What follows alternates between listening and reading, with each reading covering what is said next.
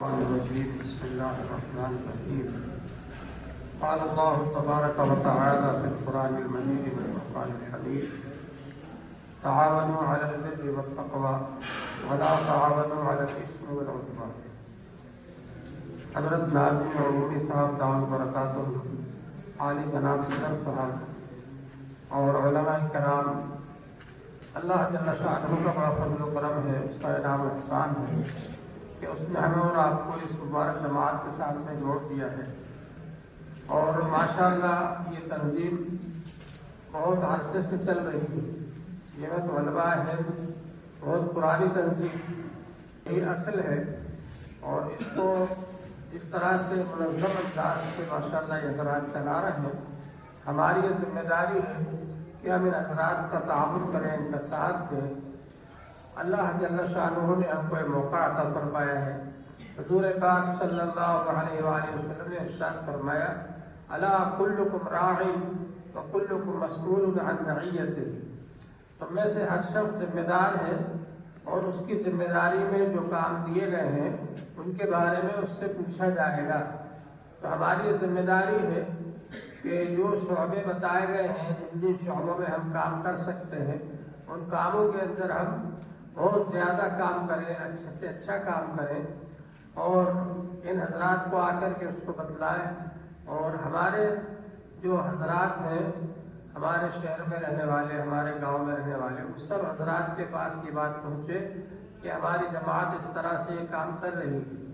اصل جو ہوتی ہے خدمت ہوتی ہے۔ حضور پاک صلی اللہ علیہ وآلہ وسلم نے ارشاد فرمایا: سید القوم خادمهم۔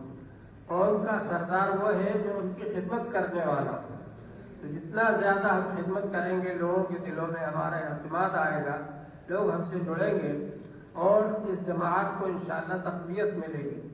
جماعت کے اندر ضروری ہے کہ ہم سب ایک دوسرے سے جڑ کر رہیں، مل کر رہیں، اتفاق اتحاد کے ساتھ میں رہیں، اور اس کے لیے تواضع ضروری ہے کہ ہم ایک دوسرے کے ساتھ میں تواضع کے ساتھ میں پیش آئیں۔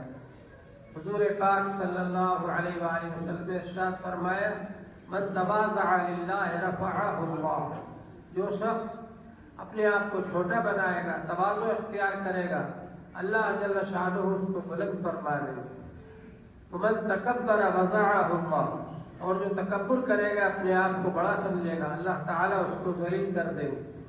تو تواضع کے ساتھ میں اختیار کرنا تواضع کو، اور دوسروں کے ساتھ میں اچھا برتاؤ کرنا، ان کو بڑا سمجھنا، اپنے آپ کو چھوٹا سمجھنا، اس کے ذریعے سے تنظیم کے اندر جوڑ پیدا ہوتا ہے، اتفاق و اتحاد پیدا ہوتا ہے۔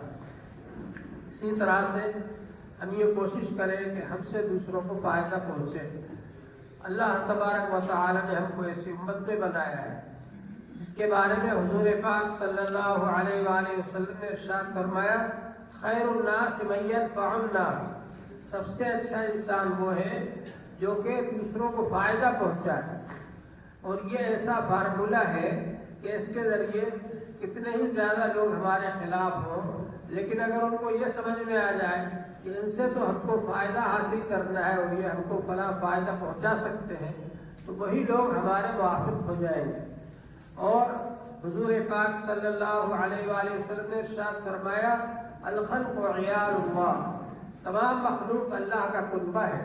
وَأَحَبُّ الْخَلْقِ إِلَى اللَّهِ مَنْ أَحْسَنَ إِلَىٰ عِيَالِهِ۔ اللہ کو سب سے زیادہ پسند وہ شخص ہے جو کہ اللہ کے کنبے کے ساتھ میں اچھا برتاؤ کرے۔ تو مخلوق کے ساتھ میں اچھا برتاؤ کرنا، اس میں سبھی آ گئے۔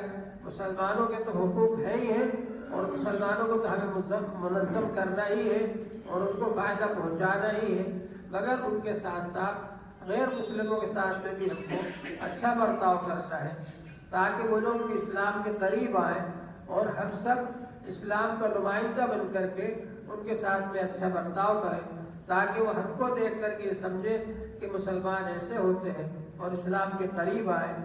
اور اس طرح سے انشاءاللہ تعالی ہمارے خلاف جو لوگوں نے نفرت پھیلا رکھی ہے، وہ نفرت ختم ہوگی اور لوگ ہم سے جڑیں گے اور آپس میں محبت اور اتفاق و اتحاد پیدا ہوگا۔ اللہ جل شانہ ان حضرات کی رہنمائی میں اور ان کی ہدایات کے مطابق ہم سب کو زیادہ سے زیادہ اچھا کام کرنے کی توفیق عطا فرمائے۔ وآخر دعوانا الحمدللہ۔